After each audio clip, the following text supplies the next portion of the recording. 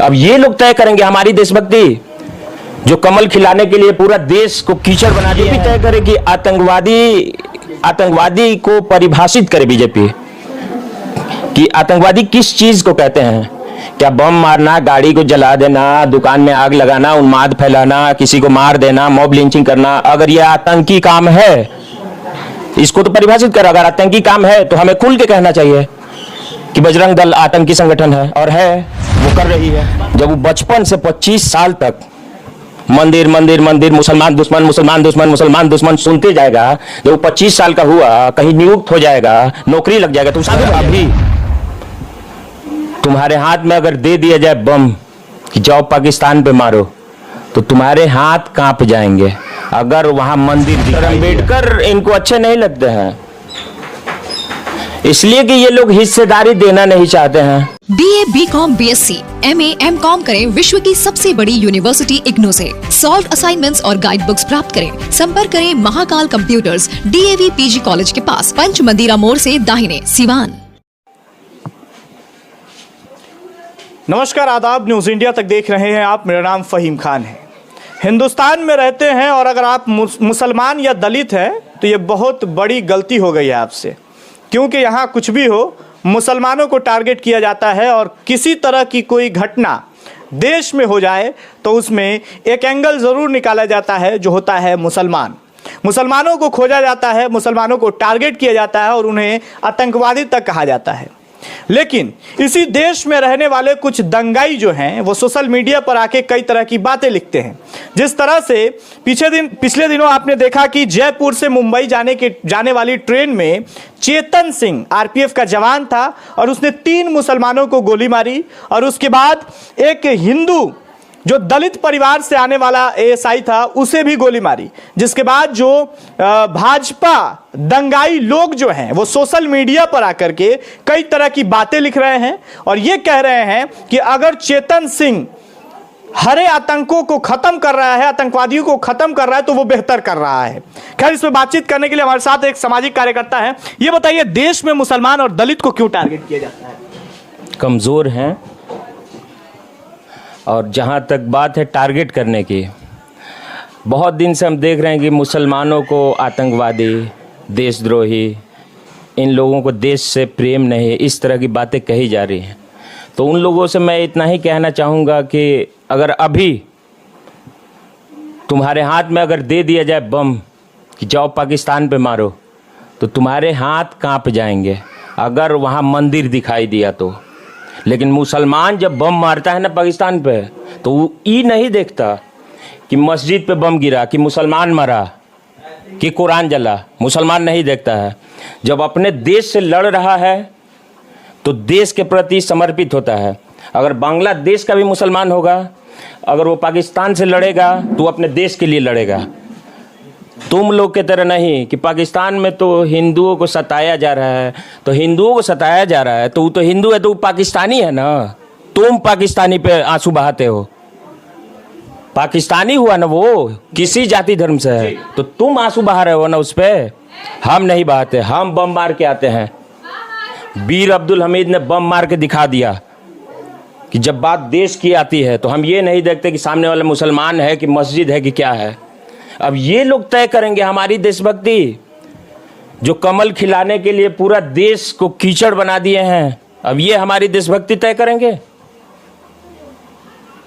और दलितों से जलन का कारण ये है डॉक्टर अंबेडकर।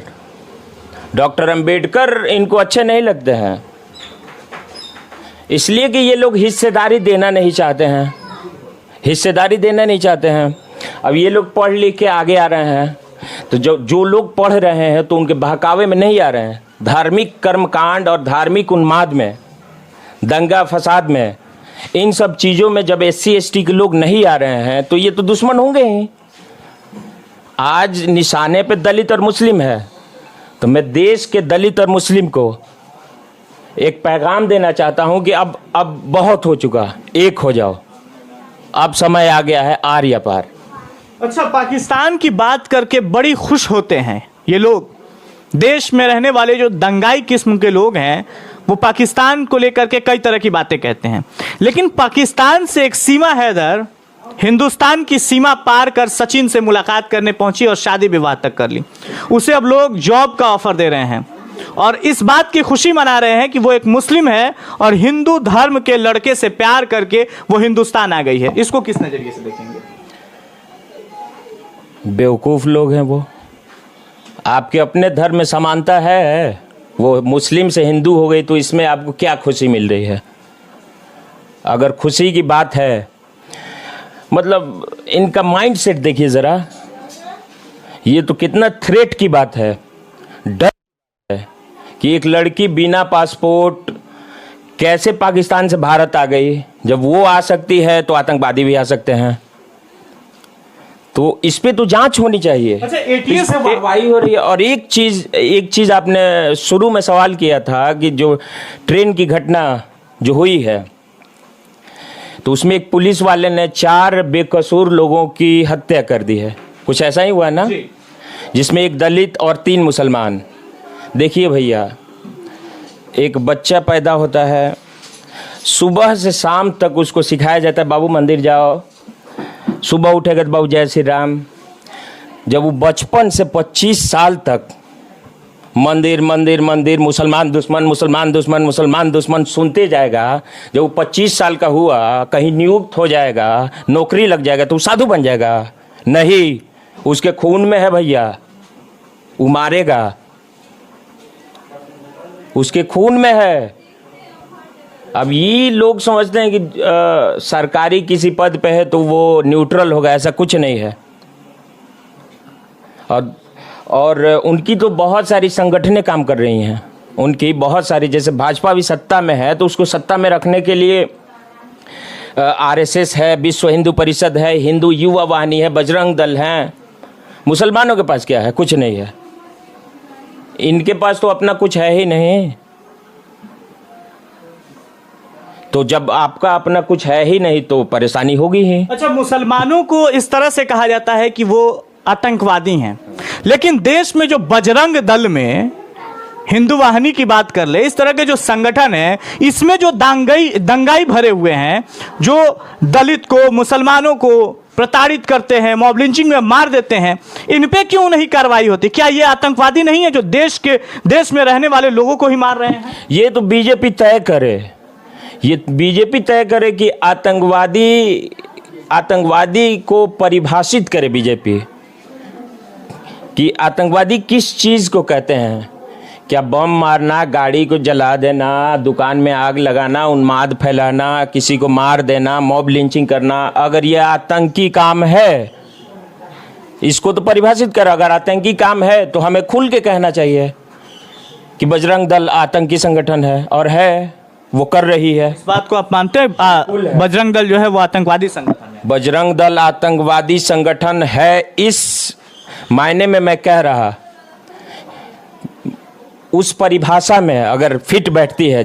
अगर आप एक परिभाषा देते हैं आतंकवादी की, अगर उस परिभाषा में कोई मुस्लिम की संगठन बैठती हो तो वो भी आतंकवादी है और बजरंग दल भी आतंकवादी है, आतंकवादी संगठन है। एक चीज ये भी कहा जा रहा है कि जो जयपुर से मुंबई ट्रेन जा रही थी और जिसमें आरपीएफ के जवान चेतन सिंह ने 3 मुसलमान और 1 आरपीएफ के एएसआई को, जो दलित परिवार से आते थे, उन्हें गोली मारी।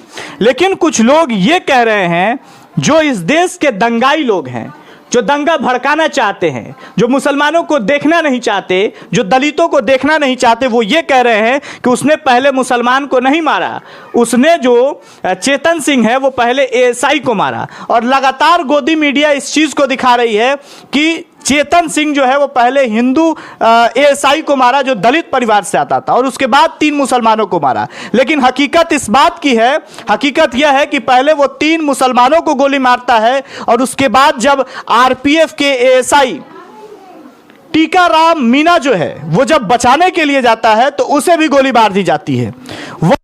हुआ ये आतंकवादी इस तरह से चलती ट्रेन में लोगों को गोली मारता है और ये कहता है कि अगर इस देश में रहना है तो योगी मोदी कहना। इस पे हम ये एक चीज़ जोड़ना चाहेंगे कि जो 4 हत्याएं हुई हैं तो उसमें एक दलित भी है। तो जो लोग दलित हैं, जो लोग ओबीसी से आते हैं, जो लोग ओबीसी से आते हैं, एससी एसटी से आते हैं, अगर उनमें से जो लोग बजरंग दल से जुड़े हुए हैं तो ये सवाल उनसे है कि इसके खिलाफ में आपके समाज का एक व्यक्ति मारा गया, इसके खिलाफ में बजरंग दल ने कोई प्रदर्शन किया? ओबीसी को अधिकार मिले इसके लिए बजरंग दल ने कभी कोई प्रदर्शन किया, कोई मांग की? आरएसएस ने ऐसा कुछ किया? एससी एसटी को अधिकार मिले इसके लिए आरएसएस ने, बजरंग दल ने कोई ऐसा प्रदर्शन, कोई ऐसी मांग की? आपके अधिकार, हक अधिकार के लिए कभी आवाज उठाया? नहीं। तो फिर भैया आप काहे उसके पीछे लगे हुए हैं, जब आप जान रहे हैं कि वो आपका यूज कर रहे हैं? बस आपका यूज इलेक्शन तक, आप इलेक्शन तक हिंदू हैं और इलेक्शन खत्म तो मार के चमड़ी उधेड़ लेते हैं। मूछ रखने पे दलित को हत्या हो जाती है इस देश में। कितने चमार हो इस मूछ रखबे, ब्राह्मण के सामने तुम मूछ हट के घूमोगे, तब हिंदू कहाँ गया? तब हिंदू कहाँ गया? घोड़ी चढ़ने पे मार दिया जाता है।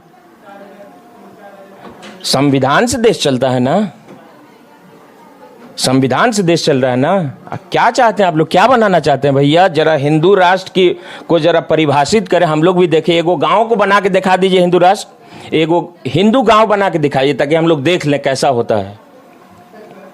उसमें चमार की क्या अधिकार होगी, यादव को क्या अधिकार मिलेगा? और यूसीसी की आप बात कर रहे हैं, समानता की, बराबरी की बात कर रहे हैं, तो यानी कि सब बराबर हो गए तो अच्छी बात है।